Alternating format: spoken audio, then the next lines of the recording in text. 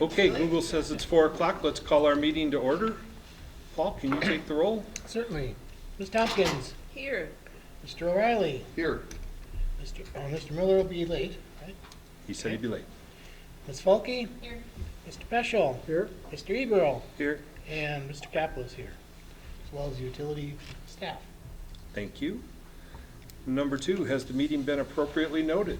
Yes. Noticed. It was posted here and at City Hall in the library as well as online and sent out to various media outlets. Thank you, Jessica. Number 3, public comment period. At this time, the commission would recognize members of the public who've indicated a desire to address the commission. Upon recognition by the commission, persons may take up to 3 minutes to address the commission for stating their name and address. The commission may take action on emergency matters introduced by members of the public. Do we have any members of the public today? Not seeing any members of the public today. Thank you. Number 4, commissioner and staff comments. Commissioners, do you have anything beforehand? Staff comments? Yeah, we have 2. First, John, want to kick us off? Last Friday, we finished our last planned lead service removal for the year. We originally had set ourselves a goal for 200 removals for the year. We didn't quite get there. We only got to 194, but we still made a pretty good headway. On the private side, we did get another 20 or 50 removed, so we only have 53 of those left. So we made good headway. Combined, we got over the 24 or 200, but not solo, we didn't get over the 200. So if all things are right, we are down to less than 470 lead services combined in the system. So we are only about a little over 2 years away from getting that completed. Great. Tony? All right, just give a quick update on our LED light changeover process. To date, we've changed out 1,383 fixtures.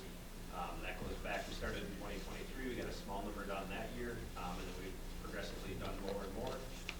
We currently have 555 of our Cobra head style fixtures to replace, which are kind of the oblong shaped fixtures, which you typically see all through town. The only caveat to that is we have 211 decorative fixtures, which are on just central to Veterans, pretty close to the main intersection. Those are the black decorative cast iron poles. Those fixtures are a little more costly to replace, so we're looking at options on whether we can just do a bulk retrofit or if we have to replace that whole fixture. So time will tell what our best option will be there. Those lights have generally been pretty good from a maintenance standpoint, where a lot of the other fixtures along Veterans were failing at a higher rate. So it was really good to get all those done. And if anyone's driven up and down Veterans after hours or even up and down Central now, I love the look of the whiter light. It really looks good in the eye, and I think it adds more from the safety and security standpoint as well. So guys really knocked out a lot kind of in the October time frame, got a lot done. So. Great, thank you. That's it. Okay, number 5, the behind the meter solar projects presentation. Yes, so Stanley Minnick with One Energy Renewables is joining us to provide a presentation on the 4 proposed solar projects located on land that's owned by Marshfield Utilities. Great Lakes Utilities, that which Marshfield is a member of, has been working on procuring potential solar installations in member communities over the past 12 months or so. And the value of us working with Great Lakes Utilities is that with the scale, we're able to get lower cost points because of the economies of scale. These projects are being pursued because they're economical and they provide us a local supply, and they provide a hedge against our future wholesale cost. And obviously there's the environmental benefits as well. So Stanley's here, he's going to provide us a presentation on the projects and welcomes questions throughout, so I'll turn it over to Stanley. Thank you, Nick. And I appreciate everybody making time or carving out some time during this meeting. My name, as Nick said, is Stanley Minnick. I'm with One Energy Renewables. We've been working with Marshfield Utilities and several other municipal utilities that are part of Great Lakes Utilities on some potential solar projects. And I'm going to share information about the 4 specific projects in Marshfield, but then also some more general information about these types of projects, how we handle things that are asked often. A lot of that's going to be covered in this presentation. If you've got questions, feel free to throw your hand up or just let me know what your questions are, and I'll be happy to answer them. If it's something that I can't answer, I'll be happy to follow up with you later and get you the information you're after.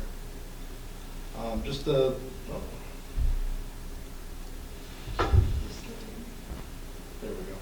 A little bit about One Energies, and I believe Nick's got a copy of this as a PDF. If anybody wants to get a copy to be able to review it in more detail, we're happy to share that. One Energies, we are an independent power producer. We basically develop, own, and operate utility scale, primarily distributed utility that ties into the distribution grid. We have an office in Madison, which is where I'm out of, that has about 50 people, and our overall company is just a little over 100 people at this point. Down in Madison, we've got, that mix of about 15 of the 50 people are in our engineering team. And then we've got around 10 folks on the development side, which is the work I do, working with communities, permits, landowners, things like that. And then we've got our accounting and finance to make sure all the bills are paid on time. And then a team of field engineers and construction managers with about 15 folks on that team. We're a public benefit corporation, so we're obligated legally to do things that some companies maybe can optionally undertake. So we, as I mentioned, primarily work on projects that connect with the distribution grid. And in the Midwest, because we do work outside the Midwest, but our team focuses on the states surrounding Wisconsin and Wisconsin. We've got 79 projects that are operating, which is the equivalent of around 330 megawatts, which I guess this group might be familiar with megawatts and kilowatts, but it's the equivalent of roughly 50,000 average Wisconsin homes annual consumption. And some of those projects have been in partnership with Dairyland members on the co-op side. Others have been with investor-owned utilities as well. This year we have 20 projects in the Wisconsin, Minnesota, and Iowa that are being built and will be operational. Some of them are already operational, but the rest of them will turn on here towards the end of the month, going into December. We're often asked how we select sites. This slide, I'll admit, is a little geared towards sites where we're working with private landowners. In this case, Nick and the team did some work to try to address, to find sites that were on city-owned or utility-owned land. So that box of interested landowner is kind of checked, by making sure that the project sites work for the utility. We have to find a suitable site, not just the interest from the landowner, but in fact, one of the sites we were looking at that unfortunately did not make the cut was at the airport. There were some real difficulties with the way we would have to lay out that site. So not every site that you want to put solar on is going to be a good fit.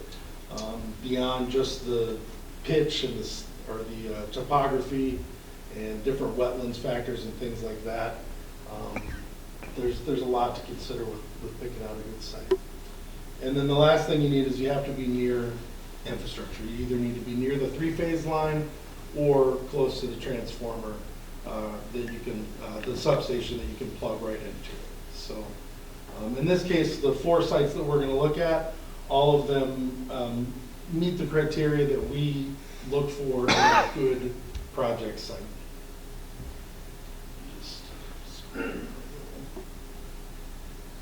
Sorry, this is a PDF, so it might scroll a little funky here and there. I'll go over some of the components of these projects. We use these bifacial panels, which are a lot more common nowadays. They actually allow you to collect light from both sides of the panels. And the reason we do that is because we have these panels oriented on a single axis tracking system, which means the rows will be going north-south. And in the morning you'll be facing east, and you'll slowly throughout the course of the day, follow the path of the sun, and end the day facing west. We do that to expand the hours of functioning inverter time. So by kind of following the sun, you can extend the amount of time that the project is operating and generating power. There's the steel piles here are, this image, if you can't really read it from where you're at, there's not concrete, these are just steel piles driven into the ground, which is a change from when I got started in the industry around 13 years ago. Every piece of solar you saw out there, a lot of times they'd just be on a single pole, and they would have a big chunk of concrete or cement down below in a big pile. Now we've gone to these pile-driven systems, which aids in not just construction speed, but also if and when it's time to remove the project. It's a lot easier when you don't have big clumps of cement and concrete everywhere. So I'll go into, unless folks have questions now, I can go into a little bit of details about the specific projects, and then after that, there are still more slides that talk about frequently asked questions and things like that. So any questions at this point? Okay. Hearing none. This is just an overview of the approximate locations of the projects.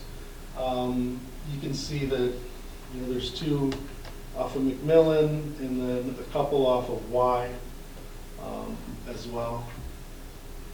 And then this, you will not be able to, you might be able to see it here, but outside of that, we'll get into a bigger image for each one here. So this is the first project. This is what we've called it Marshfield 1. It's near the substation. So this project it's located right off of the, there's a little, where'd it go? Little turnaround there. So it's located just off of that, or it would be, kind of tucked back behind the substation if you've ever been over that way. This site would be a 2.5 megawatt project, and that would produce around 5 million kilowatt hours a year, which would be the equivalent of around 620 households. This is a 13 acre, we'd be using around 13 acres of a 20 acre parcel for the fenced area. It would connect to the substation, which is, if it's not obvious, is down in the corner here, which makes it a pretty great location from an interconnection standpoint. Let's see, what other, this one has got some, there are some wetlands in the corner there, and through all of our projects, we do level 1 wetland delineations and work with the DNR on any requirements through them. In this case, just based on the way that it slopes and our past experience working with DNR, we feel that we're going to be able to work in that corner as long as we don't try to go too far over. So we've kind of had to modify some of these designs over the last few months in working through things with our engineers, and this is the current design. The access road for the project would come off of the existing roundabout and kind of follow north and then cut across to the east. And then we would have the inverters and transformers located centrally. That's kind of a theme you'll see throughout most of these projects. This is project site number 2. This is at McMillan and Galvin. This project is a 5 megawatt project, so it's twice as large. From a capacity standpoint, it's twice as large as the first project we looked at. We'd be looking at around 25 acres on a 32 acre parcel. In this case, we had to pay careful attention to some water transmission lines up to the north of the parcel. So we've got things set back a little bit there to make sure that we're giving proper clearance up in that area. And then we also just had to working through the access road a little bit, just given some of the topography there. This project would produce around 10 million kilowatt hours, which is the equivalent of roughly 1,250 homes in this case. And the distribution lines on this one, if I remember correctly, are just on McMillan, right? Project number 3, this is just south of the quarry. This would be 4 megawatts, so in this case, it's estimated around 1,000 homes equivalent energy consumption. This would use around 19 acres of a roughly a 37 acre parcel. And this one is, I think as we get into this one a little further, to be honest, I think we're hopeful that we might be able to find a few more spots to spread the panels out a little bit. One of the things we do based on the amount of space is you might space the panels at the optimal production, which is a little bit greater spacing than what we've got here. So this site might change a little bit, but that's the general look of what it would be. And then my favorite site, just due to the symmetry of it, that's really the only reason, is at TNY. This is number 4. This one's tucked back a ways. If you're ever over that way, you'd have to drive in on kind of an access road that the utility uses. And in this case, there's wellheads, test wells, and then I believe was the active well in the quarter, right? Mm-hmm. And so what we did here was Nick and team made it clear that, hey, at some point those test wells could be needed as actual municipal wells. So instead of building right up to them, we gave a nice buffer around them, and then we actually keep them, our current plan is to actually have them inside the project fence. The idea being that if utility staff needs to get in there, they have access, but that it keeps everything else, keeps others out if anyone was ever curious. In this case, the access road, there's an existing road back to the existing well, and then we would add an access road that would also provide a little bit easier access to these 2 wellheads for any folks that need to get back there for testing or anything like that. This project's around 26 acres. It's a 5 megawatt project, so a little more than 10 million kilowatt hours here. This one just has slightly better production due to slightly greater spacing between the panels than some of the other similar sized projects. This one is roughly the equivalent of 1,300 households. So if anyone has any questions about any of the specific projects, I'd be happy to flip back and discuss those. Yes, sir? Probably a question, maybe more for Nick than you. Site 1, will that affect the use of what is now the sledding area of that hill? That was my question too. No. I wouldn't do it. If you can see on the left side of that picture, about a third of the way up, is where the water treatment, a little bit further down, that's the water treatment facility, that and just south of that. Over from there to the east is where the transmission line, that's the area that we had allocated or talked about the sledding hill being. So that green space would be that hill if we were able to move forward with that project in the future. So it shouldn't affect that part. Okay, great, thanks. Yeah, I personally wasn't excited about taking away recreational time from kids that's not staring at the screen.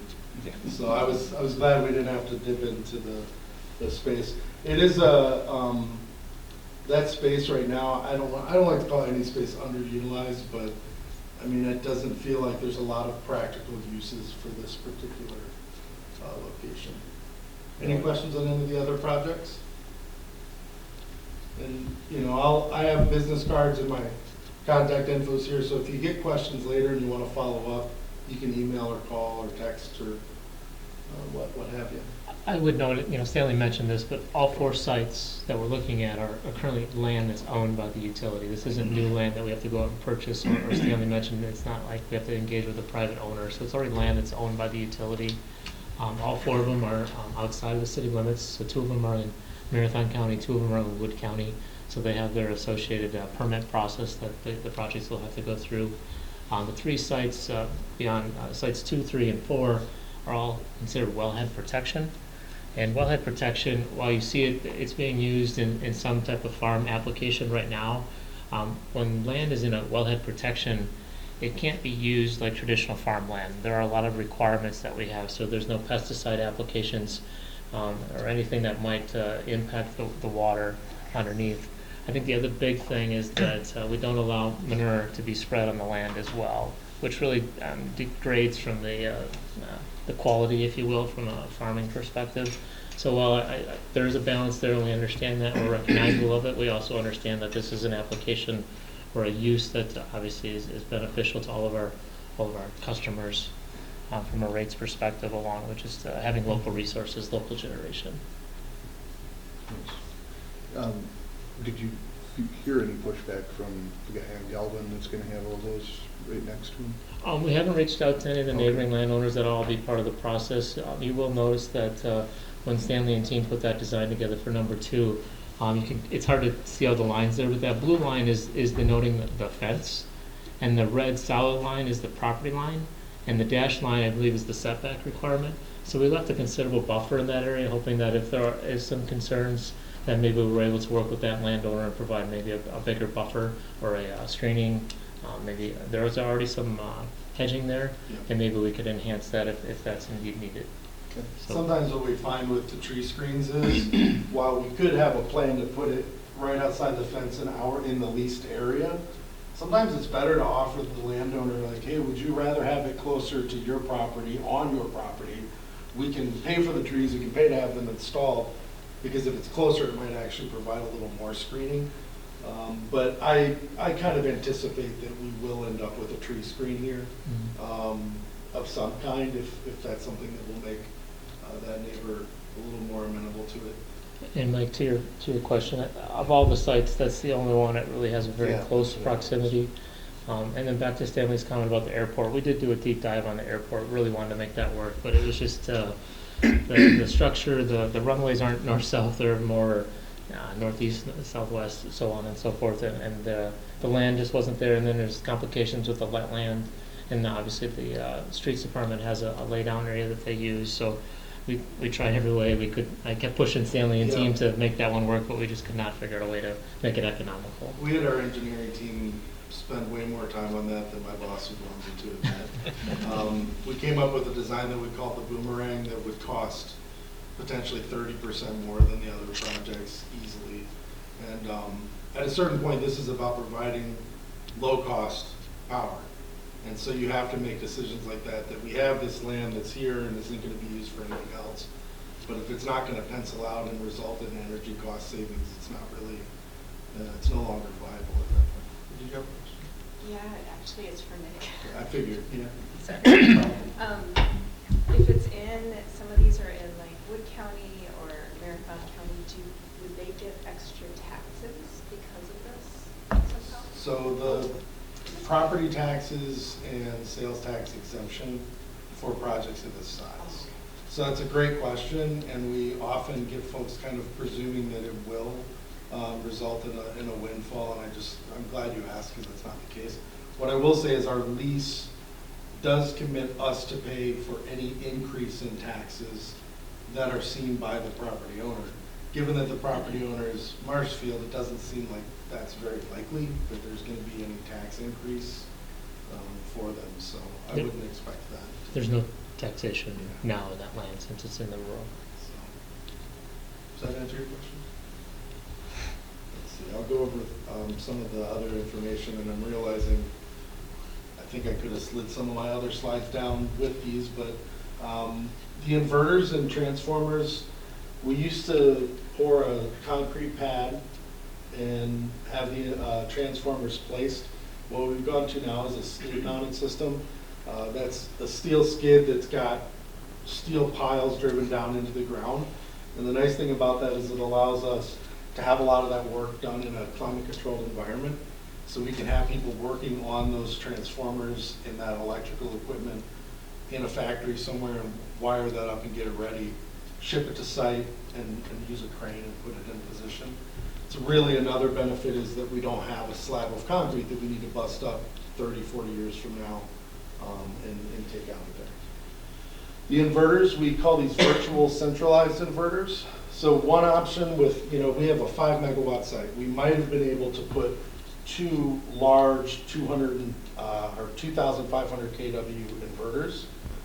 We've gone with an approach of using 250 kilowatt inverters, so a smaller inverter and more of them. And the idea behind that is that if I have one of these inverters go down, If it's a 250 watt inverter and it takes me a week to get out and replace it, I can stomach that.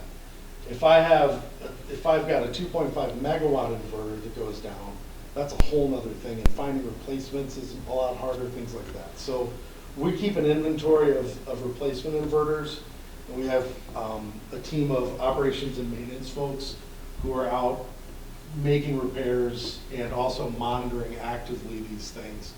The virtual inverter is a way to hopefully keep a larger percentage of the system operating if there ever is some downtime with one of the inverters. For fencing, unless we're requested otherwise, we always go with an agricultural, like a woven wire, 4-inch woven wire fencing instead of like a chain link or barbed wire. The National Electric Code requires us, when using this type of fence, to go a little taller than if we went with more of a barbed wire approach. And in this case, these would be about 8-foot fencing. One thing I would mention with the gates, that is one area where some of the corner posts and the gates is an area where you might see some concrete still, just based on the kind of situation that each site has. That can vary a little. Some of the benefits, I won't spend too much time on this because honestly, this is more of a decision for y'all to decide if the benefits are there. But some of the things that get me motivated, just grid independence, being able to get a little bit more of this energy locally, hopefully can save on transmission costs. And there's a lot of, this was at Fort McCoy. We did a project out there before I was with One Energy. And the gentleman in fatigues, his idea of a good time was he got there and he literally ran around the entire perimeter of the array. And I don't know, I thought that was pretty fun. He was really excited about the project, and we do see an interest from the armed forces in investing in their own, typically sited at their bases and things like that, but they are a big proponent of a diversified energy mix.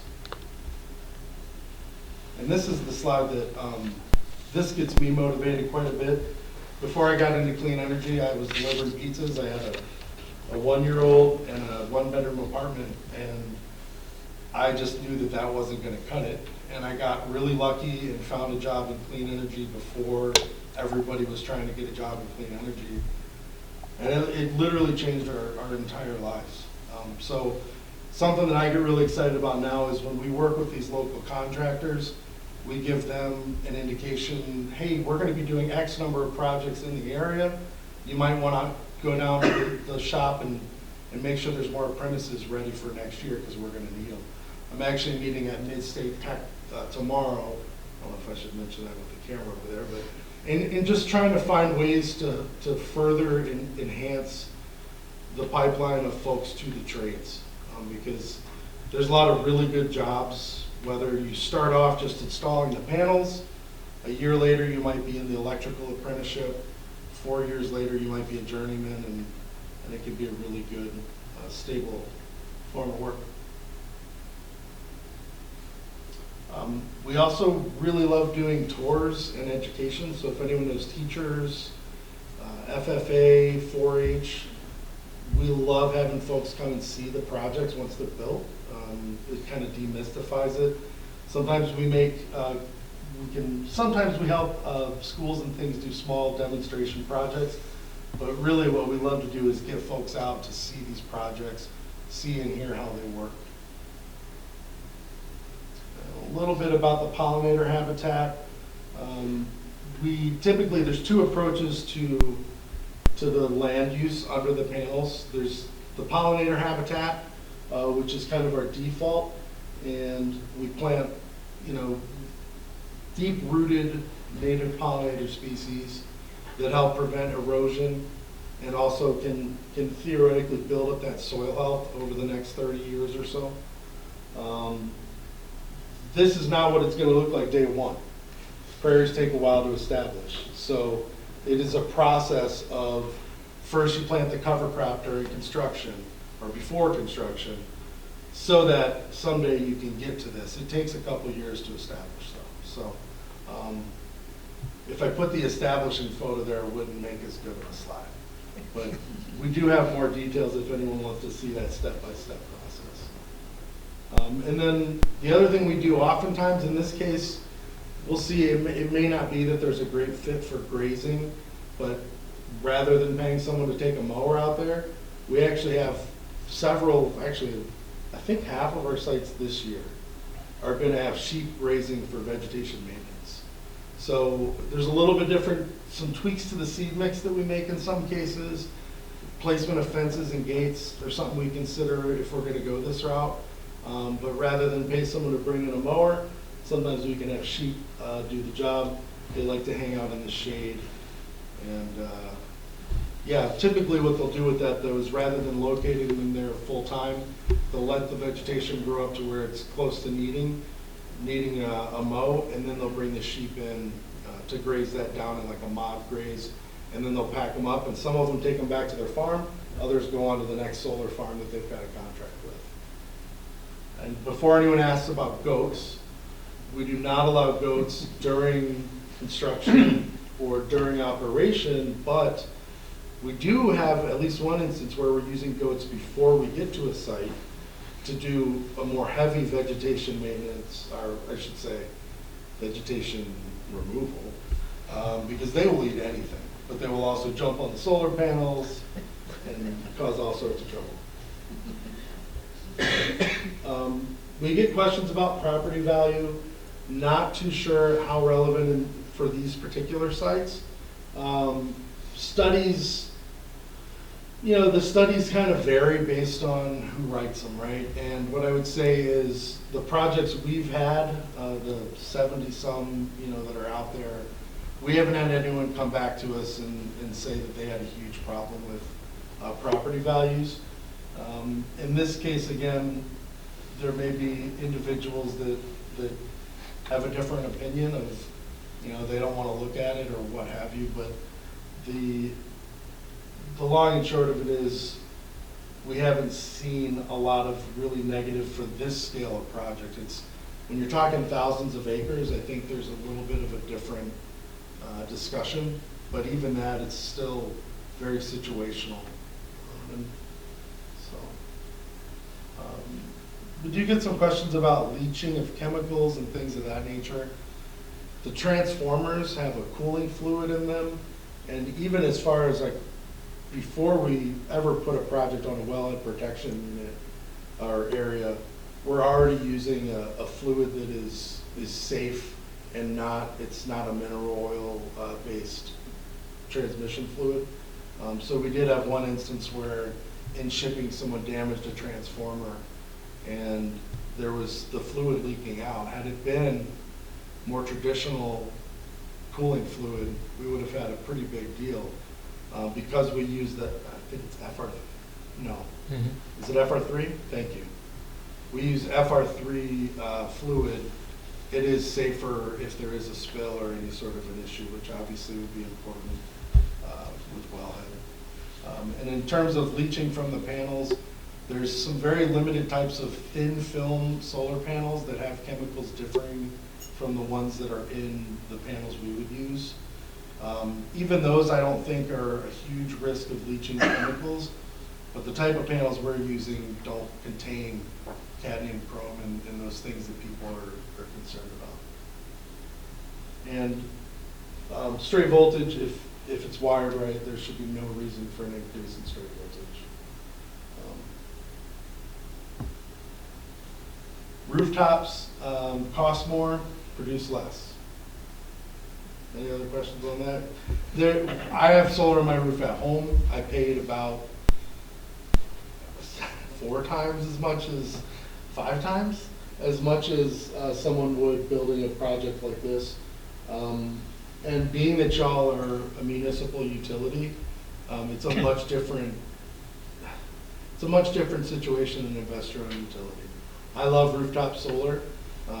But if someone installs solar in the community, those benefits aren't being shared amongst everybody in the community, the economic benefits. Whereas with a municipal project like we're talking about, these are savings that are going to be shared throughout all your members, which I think is really cool. We get asked about removal a lot. This is the only slide without a picture, which is unfortunate, because decommissioning and removal is not the most exciting of topics, but we do get asked a lot.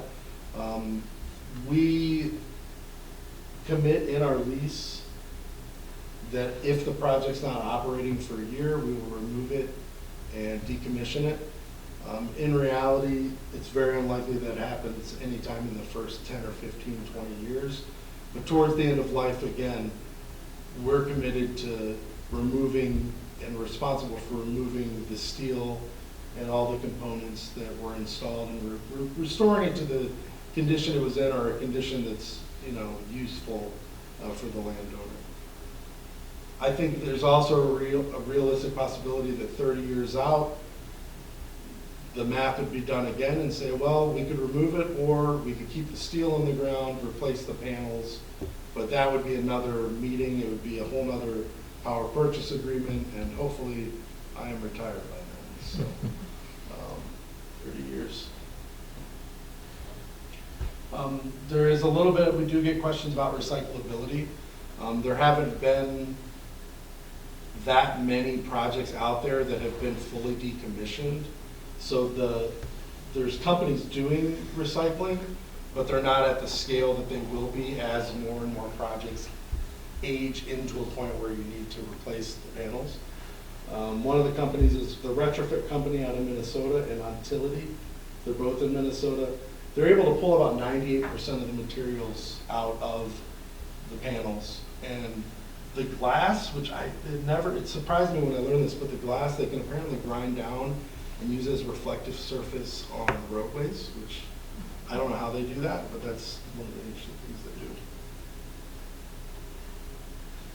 And this is contact info for me, my boss, and my boss's boss. So you can always call them and tell them how great of a job I did. No, I'm just kidding. But if anyone has any more questions, I'm happy to answer them now. Yeah. So when you think about our areas in Marshfield, is your gut feeling that we would be more of a pollinator area or more of a sheep area? I'm thinking more likely pollinator, just based on those sites. We haven't talked through, like, in the low concentration of sheep that we would have for limited times, I don't think there'd be any real risk to the water table, but it may be something that's better off to just avoid any concerns about that. I was at one permit hearing where someone asked me, what about the sheep and the nitrates? And you would need a lot of sheep, very condensed, on a site for a long period of time to cause an issue. But I think probably more on the pollinator side. Nate, have you thought about that much yet to date? Yeah, I mean, I think that's the way we were leaning. I think it's really finding the right, if we were to go the sheep route, as Stanley mentioned, it's finding that partner that has the sheep, and I'm not sure if there's what's out there for partners at this point, so it might default us to go to the pollinator. And if you folks know sheep grazers in the area, we're always happy to have that conversation. They are out there, but it's got to be the right fit. Okay, just one more question. If we went the pollinator route, do you guys have like expert gardeners who say what zone we're in and what's going to actually work here? That's an awesome question. Yeah, we have a vegetation and land stewardship team. There's 3 folks on our team that in the submission packet, if and when we go for a permit, the submission packet will have a vegetation maintenance plan, and it spells out not just the type of seed, but the weights per acre, all of the details, and it's tailored to the soil type and conditions of that project. So I think we would probably do something a little bit, I'm imagining the seed mix will be a little different on between the quarry site. I think the seed mix will be a little different here than the quarry site, for example. I'm not the person, thankfully, that's making those decisions. Sarah and Mary Beth on our team do a really good job of that. And the nice thing is that same team has been doing that work for a while on our site, so they've got a lot of kind of lessons learned from, oh, that worked really well, and hey, we should have planted a cover crop sooner. Something we did this year is almost all of our sites for 2026 that we're going to build we've actually got cover crops planted now, just so that we have a nicer bed to start with when we get there in spring. That's something we learned from our land stewardship team. Any other questions?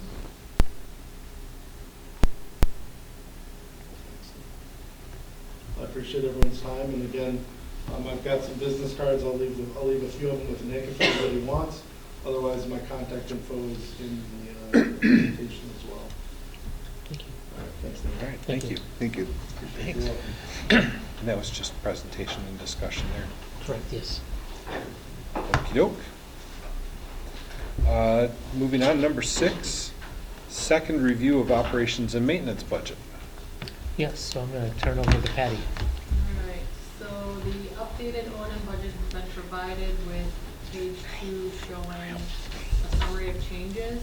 I guess the main thing is, kinda as I mentioned last month, we went through and reviewed some of our O&M expenses and then allocated a portion to the communications utility. The amounts vary, most of it ranges between 1% and 5%, just based on our review and analysis.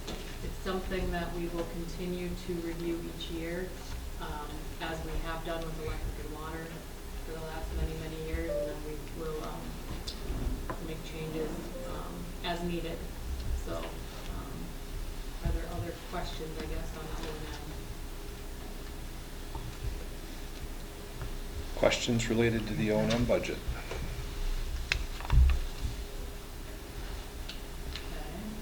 Okay. That's this. Then on page 35 of the PDF, if you're looking at the combined PDF, the cash flow forecast begins. And that page 2, which is page 36 of the PDF, lists the key assumptions for the cash flow. Sorry, I'm trying to get this page. There's a section for 2026 and then a separate section for 27 through 2030. The next page after that shows a graph of the 26 unrestricted cash by month with a comparison to the minimum reserve. And then the last 2 pages summarize the 2026 and 2030 cash flow forecast. Page 4 shows increase, decrease by utility, and then page 5 shows the ending balance by year. Any questions on that? I think the big thing that I just wanted to point out is it's at the bottom of page, I think it's 38 of the PDF.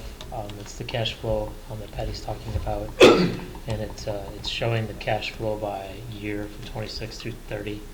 And that analysis, Patty's basically, and her team, along with our department managers and such, are providing a forecast of revenue, but then obviously looking at all the potential major expenses, capital, or all projects that may come up.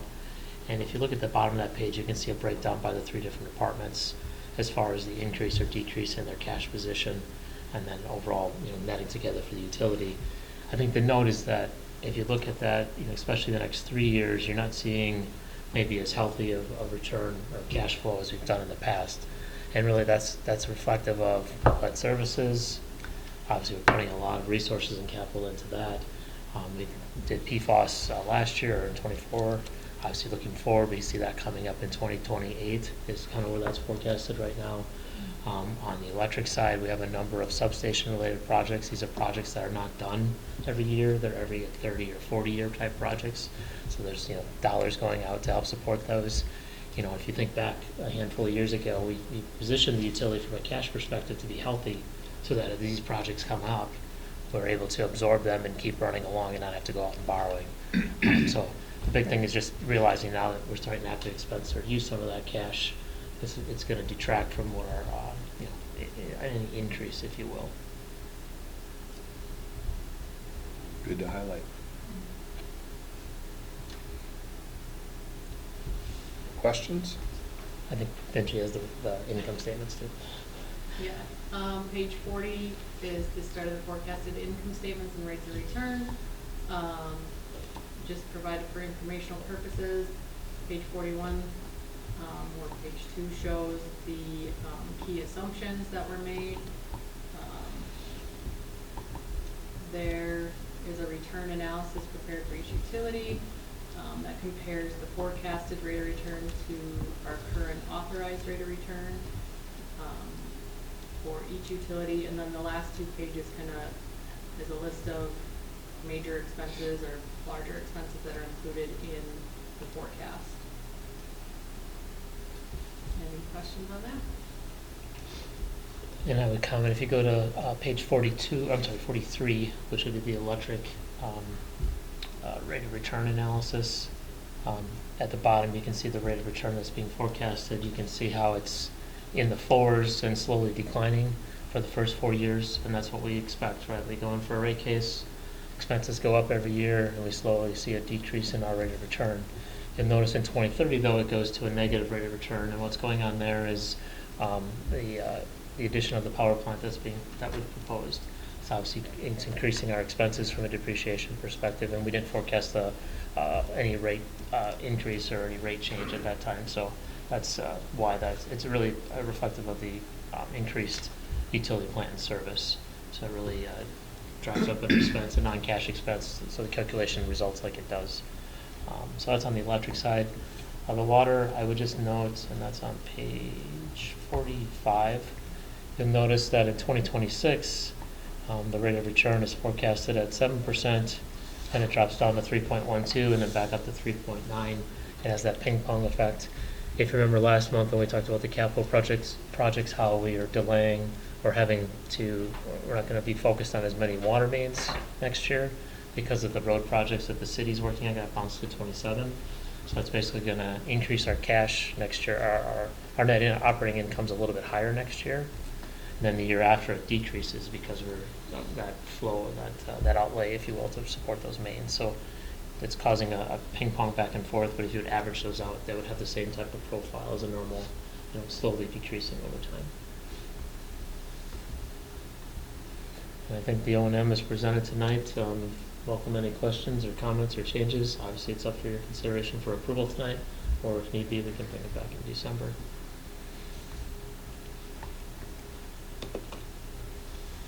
Anybody have a question or want to make a motion? Make a motion to approve. I have a motion to approve. Is there a second? I'll second. Second by Paul. Discussion?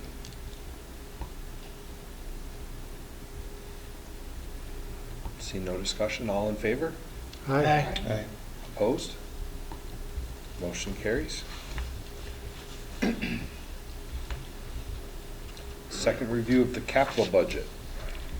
Okay, capital budget is being presented for the second time. There was just one change I kind of mentioned last month to the network switch equipment upgrade amount. Other than that, same as presented last month. Anyone have any questions, let me know. Any highlights? The only thing, you remember last month we talked about the water, really focusing on lead services, creating we're a little bit higher than what our target is from a capital perspective, and waiting till this month to see the cash flow. As you saw in the last, in the O&M budget, and I didn't point out directly, but it showed basically a very close to neutral, if you will, from a cash flow. So, obviously we'd love to build cash, but if we're at neutral, it's not a terrible spot given the focus on those capital projects. So I think otherwise, I think that it's in good order right now. And again, be open for questions or comments, and it's up for consideration of approval if you so deem. Would entertain a question or a motion? Or comment? I'll move to approve the capital budget. Motion to approve by Paul.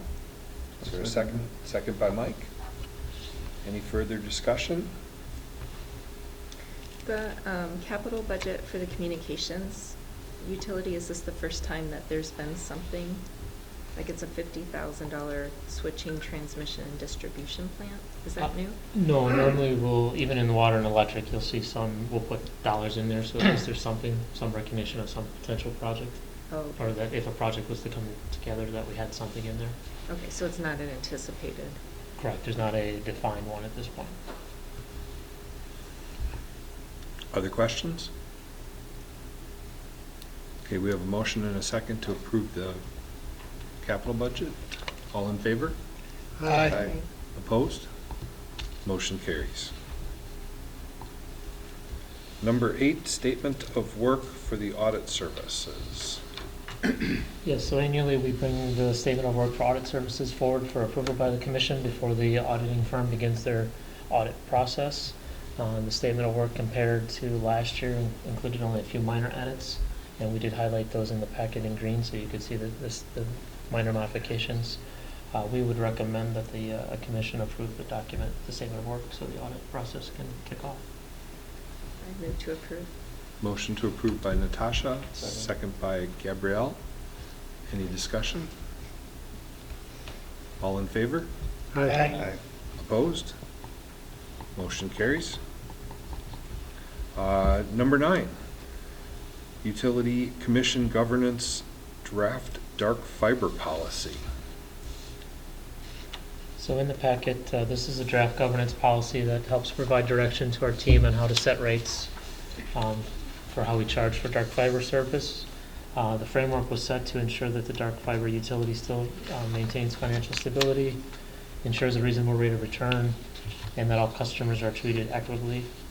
At a high level, there's various sections, just kind of diving in a little bit. Section 2 is set as a cost causer.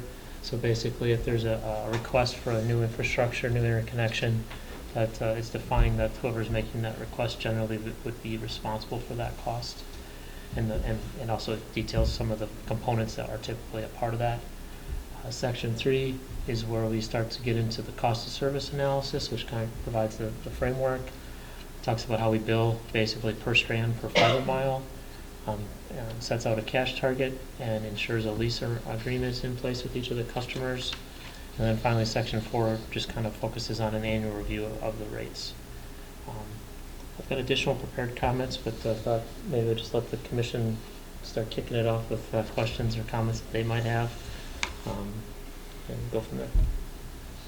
Who wants to kick it off? Gabrielle. Sorry if this has been explained in the past, but can you just give like a general understanding of dark fiber versus what does that actually mean? Yeah, good question.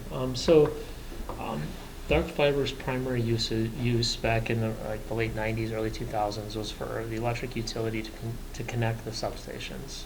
That's where it started, and it's expanded to include other utility infrastructure as well.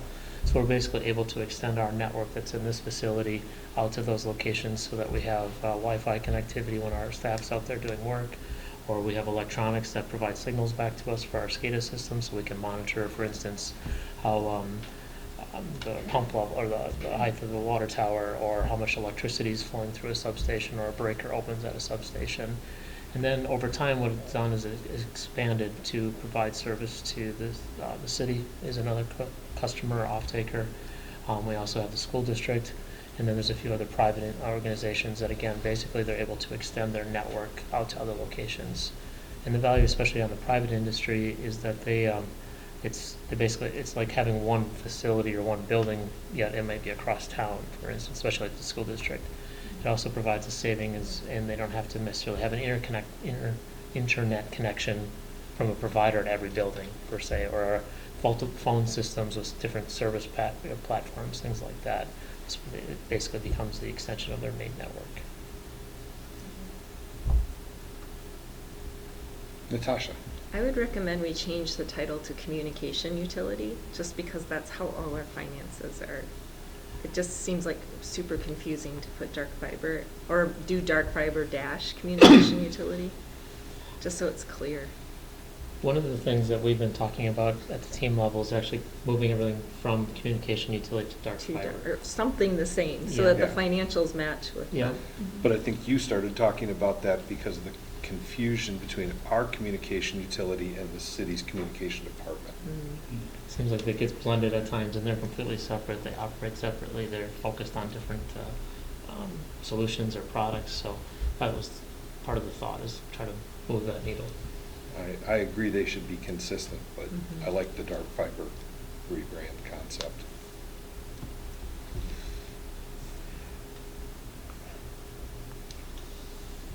Natasha again, then Mike.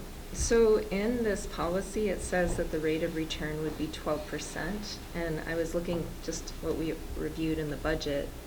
And the rate of return, it looks like for electric and water is more like, I don't know. I mean, water, it looks like it's going up to 7. I don't know if that's sort of an average high for water when we get our rate case.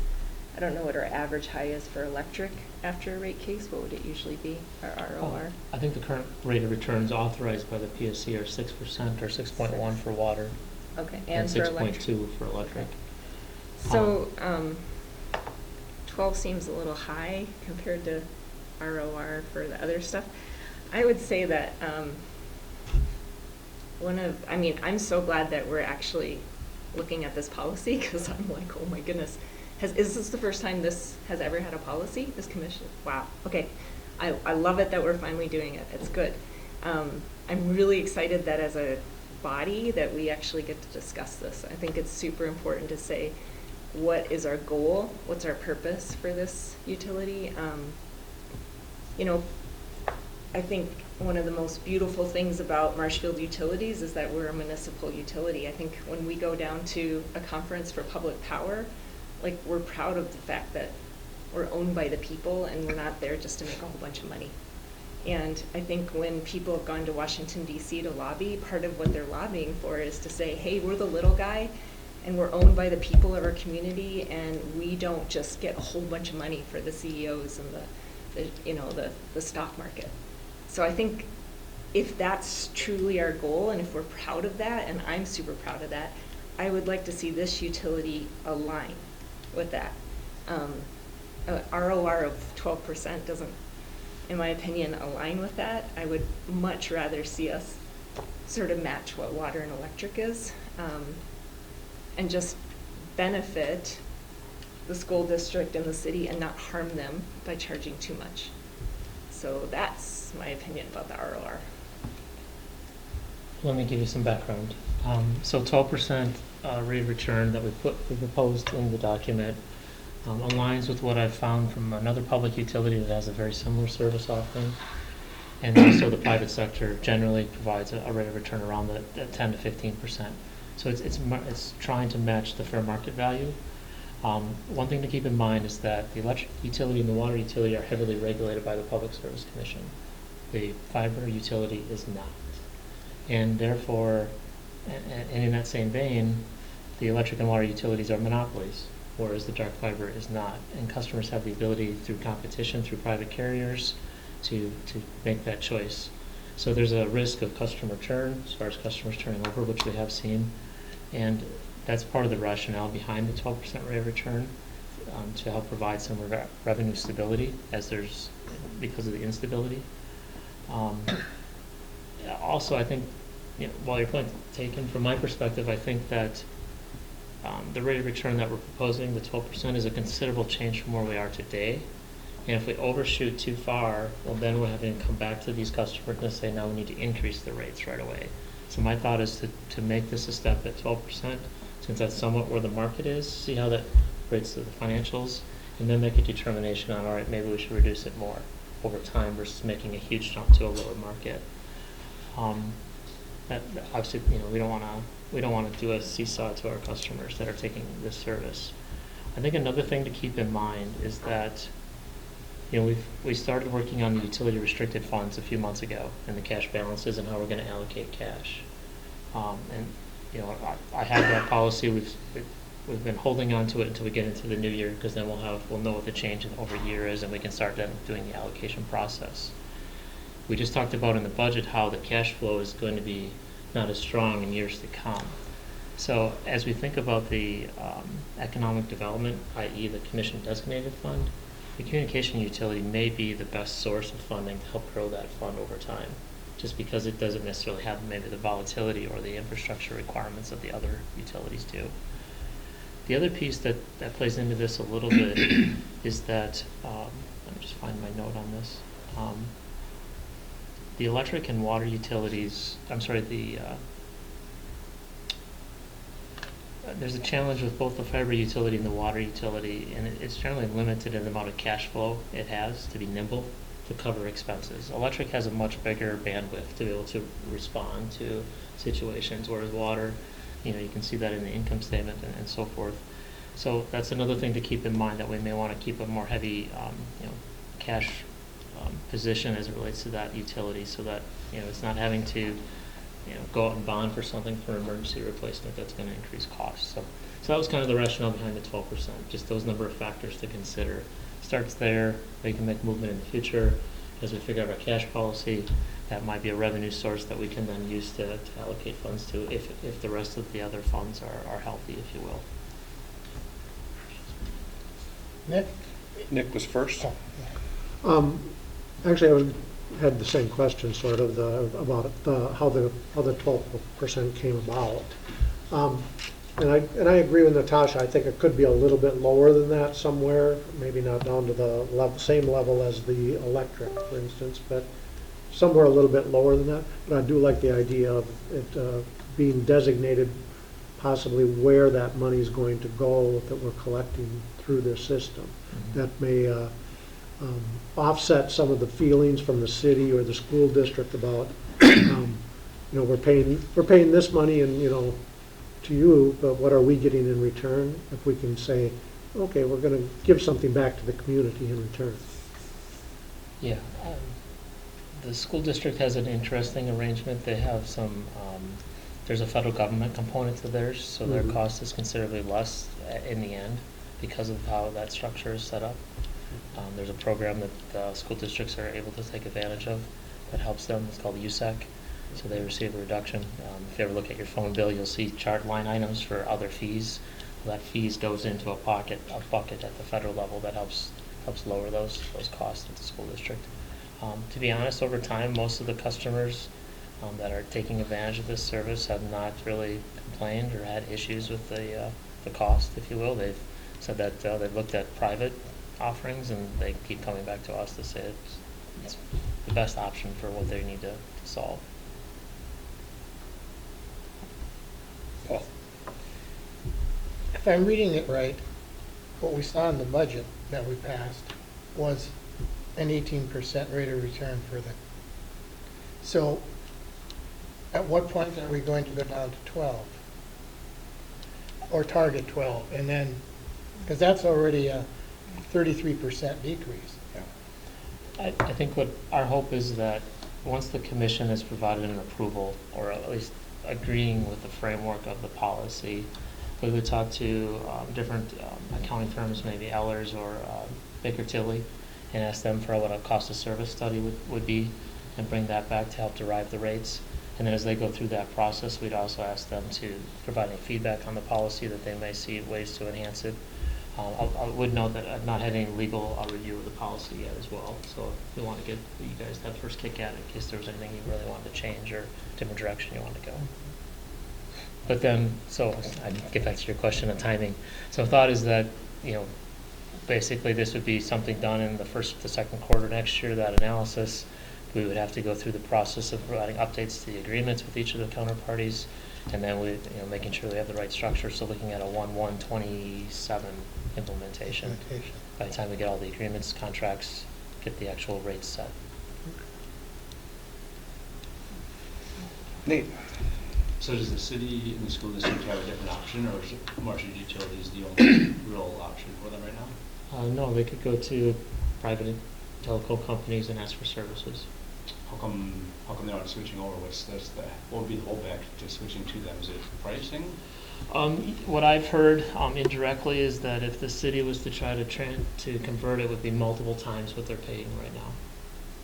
Is what the feedback I've gotten. I've not done any independent research on my own. Does the commission, the communications utility participate in the pilot payment then too? It does not. And nothing with a dividend, I presume, then either, right? It wouldn't really.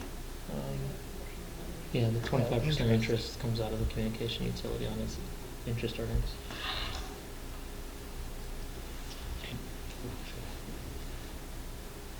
Wait, okay, I have other questions, but if 25% of interest comes into the dividend, the city didn't get a 25% interest from the... Last year when we did the dividend calculation for the commission, we provided the top was the ATC component, And then the bottom was the 25% of interest from the electric communications and water utility. It's all detailed in there. We got a 25% of zero. the interest we earned, not a 25% interest rate. Yeah, but we got zero dividend this year. You got $900,000. What about next year? We're getting zero. We won't know that till March, but that's, given the current forecast, yes, it'll be zero. But if 25% is from interest, that shouldn't be zero, should it? But you're, The way the policy is written is it's A plus B, but it has to be, A positive. but it has to be positive in terms of the net. the ATC portion's gonna be about somewhere in the negative $300,000 to $400,000 to $500,000. The interest earnings will not overcome that, so the net of those two is $0. Okay, all right. So the rate of return for 2025 that was in the budget was 25.99%. Is that right? No, it dropped to 18, right? For 25. For Oh, 25. I'm sorry, Yeah. yeah, 25. For, based on estimate. So Right. who picked that number for the rate of return? Like, was the commission didn't pick it, is that right? Been in place for many years, and it's ultimately a function of the revenue that's received minus the expenses. Okay. I mean, I think when we say that the water and the electric are highly regulated, like PSC, I think we, like Paul, Nick, Gabriel, myself, Nate, Mike, and Mike, like, we are the PSC for this utility. Like, we decide the rates. And I think that we need to be careful that the rates that we choose are not harming the utility, but also being beneficial to the city that we are all residents of. So, and I, you know, I don't think we need to make a whole lot of money. Like, we've obviously made so much that we have like 1.8 million in reserve over the last 20 years. To establish this utility, I think the initial investment was how much? 366,000 20 years ago. So we've recouped our costs 5 times. It's been a good investment. The total plan is 1.5 million, so that we've invested 1.5 in total, because that's what's in service today. Okay, and is that like capital costs into the actual dark fiber? Yes. Okay. So, like, I understand that, you know, we want to make sure it's healthy and things like that, but I do feel like we also need to weigh the fact that we're charging more than we need to. We're charging the city more than we need to. And that's what I feel like I've been saying that for a year, because I've been looking at these, you know, profit statements. And I mean, I would like to know what was the amount for 25.99 in 2025? What will that dollar amount be for 18.79? What will that dollar amount be for 12% for the various customers? Like, that would be important to know. 12%, we had to lower our rates by 53,000. So that's what it would come out to, lower, from 18 down to 12, it's 53,000 difference. Okay, wait, say that again? It's, to lower it down to 12% Okay. rate of return, it'd be 53,000, we'd reduce our profit by 53,000. Okay. And if it was 25% last year, the rate of return, and then we're going down to 18? I think there was, So that's what's driving it from 25 to 18. can you charge different rates for different customers, or should you be consistent, or? Can we? I'm sure Yeah. we can, because We it's should. unregulated. Yeah, we shouldn't, right? So historically, I mean, and Nick said some of this to start with, historically, the origin of the dark fiber utility was that the utility, the electric and water utility, needed this infrastructure. They did this infrastructure really without and I know they thought about it, but they were going to do it whether they could monetize it or not. It was going to be a 100% cost to the electric and water utility. But in an effort to monetize it, they did the dark fiber sell to a very small number of customers, maybe, is it like a dozen customers total? Yeah, it's less than that. Less than a dozen customers total. And they treat Marshfield Electric and Marshfield Water as customers, charging and paying the same rates that we charge to all the other customers. So it started from cost first. It then said, let's monetize it. A few years back, if you remember, we were asked by the city to say, can you monetize it farther? And that was when we did a dive into broadband, which didn't go anywhere. But because this made the most sense for monetizing. We have not had a policy, and I'm really glad that we're talking about it too, Natasha, so thanks to you for continuing to push to have the discussion. But historically, they've managed it, and yes, the dollars are very small compared to the electric and water utilities, but they've managed it based on more of a market service, hence market-based pricing, than a rate of return driven management. Any private business that you would operate, you would do a market-based pricing versus a bottom-up rate of return. The rate of return system in the utilities is, frankly, it's very political.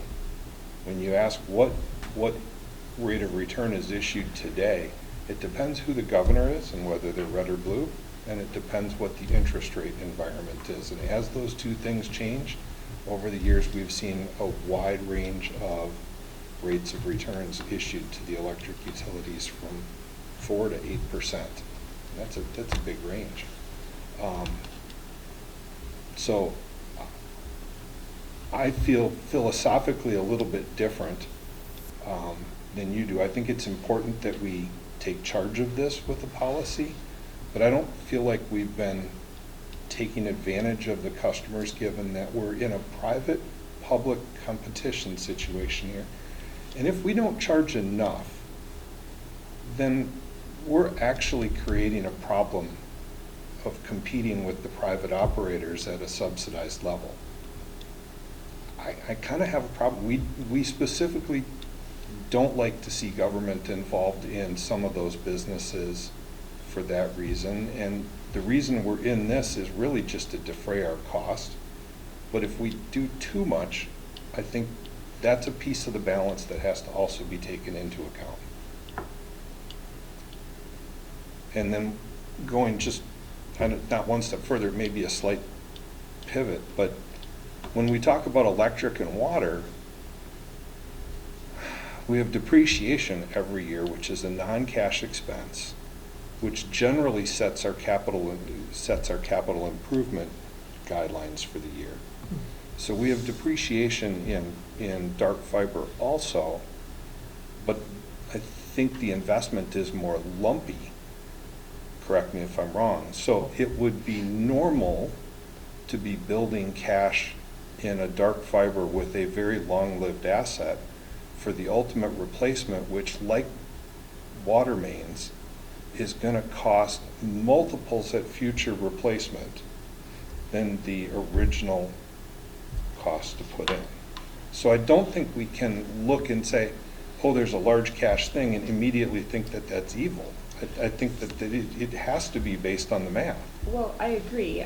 That's one of my questions, is I would like to know what our anticipated year of replacement is and what that potential ballpark would be for costs. I think that would help us to know, are we saving too little, too much, or just enough with that cash balance? But we won't know that unless we have that information.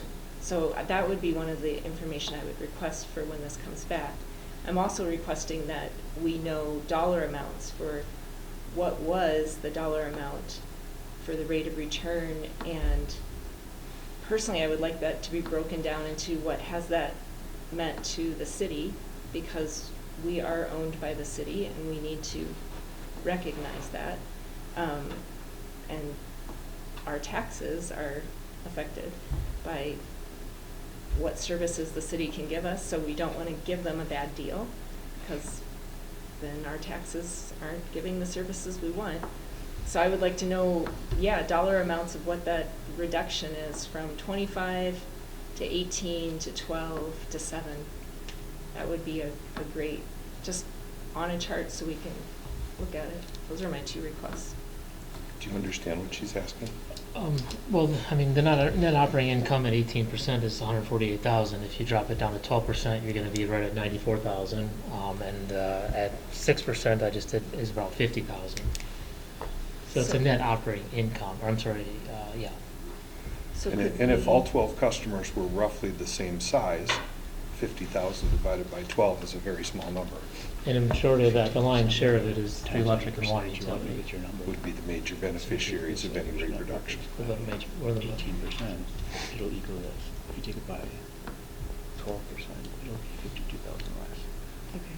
So you can kind of figure out the number you want by multiplying the bond by that Okay. percent. So it would maybe then be helpful to say, like, for the city, what does that change for their budget, for how much they're charged? Because I don't know how much the city is charged, but that would be helpful to come back and just say, you know, when last year we were doing an ROR of 25%, this is how much the city was charged. This year we're planning 18%, this is what the city's charged. Now maybe you're charging the same because you're putting operational expenses in. So, but that was a big ROR, 25%, like the So stock market can't even do that. I get the philosophical concept and the policy of what should our ROR be. Yeah. I don't know how to say this, but I'm struggling when we get down to the individual city, and that seems to be the only customer that you're concerned with. But what is it going to mean to the city in less? That doesn't seem policy driven anymore. Well, we are the PSC for this. So we can't look at the private and say we're going to do exactly what private does, because we don't do that for electric. We don't look at Alliant and say, gosh, Alliant charges this much, we're going to charge this much. We don't do that because we have the amazing, beautiful thing of being a municipal utility. So I think that's the philosophical difference. Exactly. So we can't say, we're going to compare private to what we're offering. Instead, I think we should say, how much can we offer and be a healthy communications utility and not charge too much? I think that's what the PSC does for electric and water. They say, how can the electric, the water, how can they be utilities that are healthy, that provide a great service, that don't overcharge their customers? And that's what we're proud of. I mean, I'm proud of that, but I want it to be that way here. And yes, it's a philosophical that should drive policy. Just as the PSC, the philosophy drives their policy.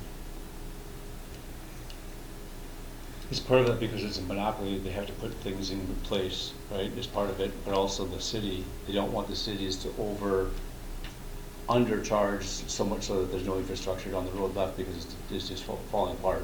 So they actually want utilities to make money. Yeah, I mean, I think if you contrast where I hear you coming from and where I say I struggle with that is if we could provide a cost of service of $1 and the communication utility could be healthy with that, your argument would be we charge $1.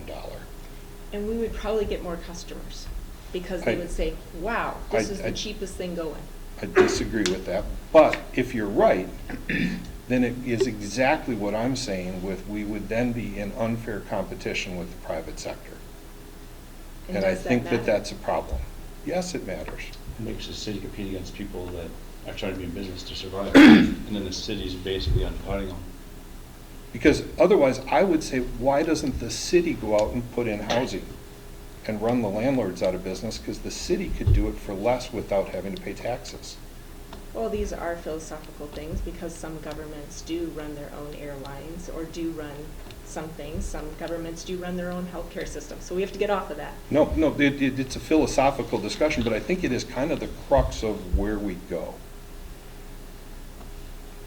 But I think that when we write this policy, we need to be very careful that we are not being greedy. that we're not using this to have more cash on hand to sort of be that floating cash for the electric or for the water. That is where I don't want us to be. Have we used utility cash for electric or water previously? Is there a history of that? Have we used communication utility cash? Yes, yeah, that's what I meant. Not that I'm aware of, no. Okay. So Okay, because is that that, was an argument that Nick said, that we might need to use it. no, No. he suggested that it could be used to fund the utility commission designated fund, which we have used to make community investments in the past, but now has no funding mechanism. Right, which is great, but you did say that we go like this with water, and so having that extra to cash helps. My point is that, just as Mike made it, I'm not sure what you heard before, but what I intended to say was basically, the communication utility, once we set up the designated funds, extra could be put into the commission designated fund. Yeah. It's not to subsidize electric or water. Okay, there was something else that you said The that point sort of said. the point I think you were trying to make, correct me if I'm wrong, is you were describing that the three utilities have different volumes of cash that run through them. Yes. And you could say that the electric utility is a really big river. Yes. The water utility is a small river, and the communication utility is a stream. Right. And when you have a blockage or a disruption in the flow of those three, the electric utility can deal with that very easily by comparison to the trickle that's in the communication utility. And so holding more cash for the disruption that you know is coming at some point in the future makes sense, because the volume is much lower. Hence why we need to know at what point we think we might need to do replacement and how much we think that might be. That information's important. I think it's going to be difficult to give you that information, I'll be honest. During my time, what we've generally experienced is squirrels. Squirrels decide to dig or to eat through the jacket of the fiber optic cable, and that's what requires premature failure and requires us to replace it sooner. It's also with the aerial stuff that we have. It's the wind that creates vibrations on the brackets, and sometimes the grommet inside of it can slide out and cause a bare spot that ends up leading to a premature failure. Those are the types of it's more from that perspective that we're seeing the issues at this point with the infrastructure than it's aged out, if you will, like we see with regulators that have moving parts. We're talking about strands of fiber optic cable, which is glass. We have issues with wind causing galloping, which can stretch it. When it stretches it, it can pull the glass apart and break continuity. Those are the types of issues that we generally see that are causing replacements. Do you ever see a full replacement of the entire loop? Like the entire system? Like you would do with pipes under a street? Anything's possible, I guess. I'm not sure. The answer, I think, would be yes. Sooner or later, you're going to have to replace the whole system. Are you going to do it all at the same project time frame? Well, I don't know. Not. Or do you not replace the system? I don't know.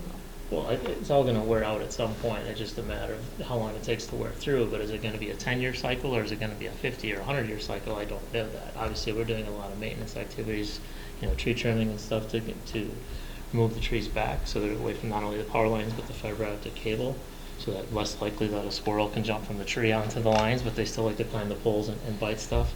Unfortunately, we have some areas where we're going along Galvin where there's a lot of wind whipping across and causing vibrations. So it's just a... Right. So I think that's what budgets are for, right? You can say this is what we average every year spend on maintenance of this fiber, and that's completely reasonable. But what I'm asking for is, if at some point this is going to age out, whether it is 50 years from now or not, just like we did with the turbine, where we said we need to save up this amount of money because at some point it's going to age out. That, as a commissioner, I would like to know so that we have an anticipated how much do we save for that. And if the anticipated how much do we save for that has already been met with our cash, because we have had this great rate of return, then that also factors into the policy of, do we need a 12% rate of return? So that's why I'm asking that question. I can tell you, we can factor or figure out the current cost to replace all of the infrastructure. Keep in mind, though, tomorrow it's going to be outdated, so that's the only aspect of it.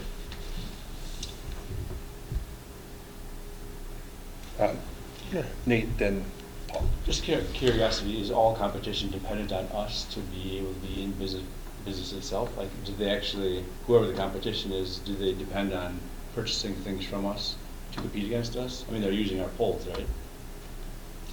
Are they a customer of ours in order to compete against us?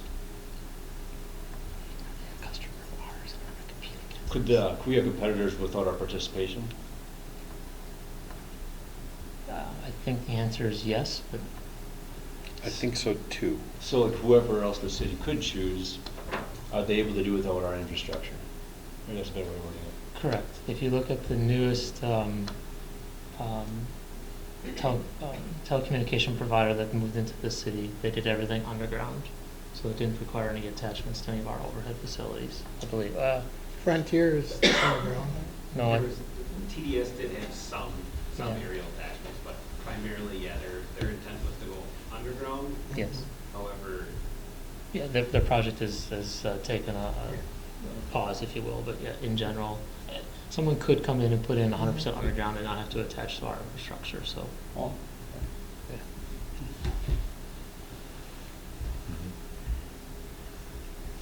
One of the things that I'm interested in, I love all the philosophical questions, but how much cash are we talking about here? I mean, how many hours do we want to spend if the difference in the city's share of what they're paying goes down by 30% and amounts to $7,000? Well, that's why I asked that question. I mean, I think we just need that information so we kind of know. Because at that point, you know, how much, it's not going to make any budget difference. Right, that's why I asked. and part of the problem is the cash reserves are high. Should the the costs that are shared that haven't been allocated be retroactive at all? I mean, that would be a bit tricky to do financially, but you're talking probably almost $1 million to go retroactive. I think what you're going to find is that the cost to replace the current infrastructure is going to exceed what we have on cash in the cash currently. Okay. I think so too. Another component to this that we haven't talked about is that in that first section we outline how a new customer is handled. You could change that philosophy and finance or pay for a portion of a new installation. For instance, the police station that's being developed, that has a capital outlay to get connected to the network. Then there's the fee, the annual fee. You could make a pivot there and say that, I'm not sure what the mechanism or the means would be, but you could look at changing it that way too. That would then create, additional cash need, which then would probably lead to a even higher rate of return. Or So what would be the pro of doing that?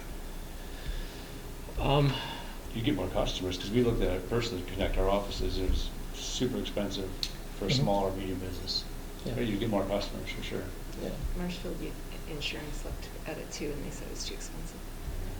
Does Marshfield Insurance have more than one office within the city? They I were don't that think- close and it was still too expensive. I don't think they were working with us. But it was a while ago. Well, Tony and I would be the contact, and neither of us are familiar with that customer. they have two, because we only connect building to building. Either way. Yeah, so it may be supportive of a project that, a company doesn't have the capital or can't justify the capital outlay on the front end, but then would get the customer through a long-term arrangement. But we would have to look at the agreements in those situations, because currently the agreements are pretty much very short term, so we'd obviously need to look at something a longer term in order to ensure Yeah, that capital is covered. So it would get tricky, especially if we're managing two different types of structures. The cleanest one is to make the new customer cover the investment.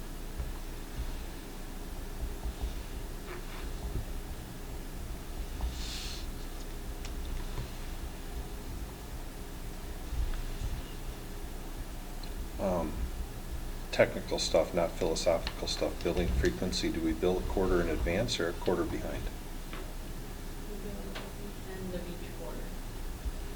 Yeah. Third month. I'd like to see that clarified in here. And then lease agreements, the standard lease that you're using now, I assume it's a standard lease, same for all. Is it a standard term? I believe so. It's been a while since I've read all of them. Okay. I mean, are they generally like 1 year at a time or 5 years at a time, or? Do you remember? I think there's been the term, the length of them. Yeah, I don't remember it exactly. It spells it out. I think it's guaranteed for at least some amount of time. It's just. And then they become Yeah. like evergreen where you can cancel at any time after a certain point? Okay.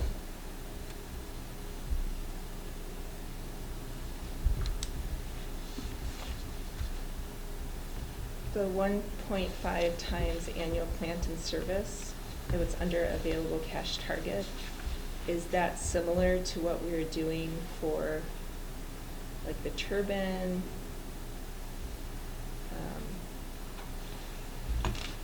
It's about 1.5 total capital investment. 1.5 million times 1.5. I think you're gonna have to get some Okay. sense of what So the it's like plan 1.5 replacement, times cash as hard as that may be. Is everything they've already purchased to be able to do that. So and the a half. 1.5, it's what's Yeah. I guess what I'd like to see is just a little bit more fleshing out of how we came to this rate of return. You know, and I think that's what Natasha's saying and everybody else is sort of saying.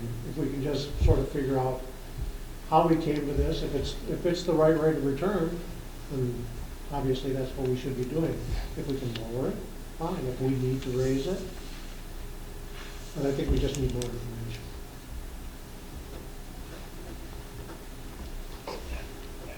I think that's a good summary, Nick. Okay. So, do we do that for? Any other discussion on that? Because I think we're at the point, did you still have comments you wanted to share based on how conversation went? Well, no, I think it's been a good discussion. I think, unfortunately, the rate of return is going to be a tough one to give you. It's going to come down to philosophy. It's going to come down to perspective. I think if you're, is it lowest cost, as Ms. Tompkins has mentioned, or is it based on comparable industry, or is it based on some other metric? Is it based on, are you going to compare apples and apples or apples and oranges? I don't, there's not a, it's not like the PSC where they're going to tell us what that authorized rate of return is. There's flexibility in this conversation. I think to Mr. Capel's point, I think we'll put together what looking at where the budget is currently for 2026, and we'll look at that $150,000 of net income, and we'll indicate how much the reduction will be and how much will go to each. If I remember right, I think the city's portion I thought was like a quarter to a third, if you will. So when you start talking $50,000, you're only talking, what? $12,500? Yeah, give or take. Somewhere. $1,000 a month? Yeah. But we can run those numbers and put those together for you for next time. I can also reach out and see what a cost of service study could be, because that could be, I'm sure it's thousands of dollars. You dropped 50 grand on that probably. Well, let's hope not that much, but it could be. If the rationale for lower prices is predicated on it will generate more customers, then I think we have to really flesh out the business case for that, just like we did when we talked about broadband. I don't think we can just make the assumption that lower prices brings more customers. We're gonna have to get a consultant for that. Yeah, this is a niche. We provide a niche because we're not providing a live Yeah, service. and because it's primarily for the utilities use. Correct. And I should mention that there are regulatory requirements on the backside that we are meeting by having our own fiber, and if nothing else out of this conversation, we do not want to make any changes to that, because if we have to change and rely on a third party for any of that interconnectivity, it creates additional regulatory burden that we don't want to go down. And then finally, just for information, could you just also bring back to us, just because this policy is saying that we would want to keep 1.5 times the annual plant and service as our cash target, what is our cash target? How many times is it for just the various other components of Marshfield utilities? I just want to know, is this equal to what we're doing with other water, electric, or turbine, because we're going to be generating as well for other things, so Well, this comes back to Mike's comment about the river. It's basically we don't have a specific, the cash on hand totals that we have, that's all we have. And that's for all utilities. So this is just pulling out a subset of it and looking at it. And the 1.5 was picking, basically just saying what our plant base is, assuming that it's been installed over the last 20 years. You're not gonna be able to replace it for the exact dollar, the 1.5 million that's on the books. There's going to be a premium to that. And we'll figure out what that actual, if we replace it tomorrow, what that cost would be, and maybe that provides you the multiple, maybe it's 1.5, maybe it's 2.5, I don't know that right now. Or is it cash on hand versus reserve? Is it a terminology issue? I just wanted to know why it's 1.5 times. You had to pick something? You gotta start somewhere. Okay. Like I said, one times what we have wouldn't cover to replace the whole infrastructure, so I knew it had to be more than that, that's why I did the 1.5.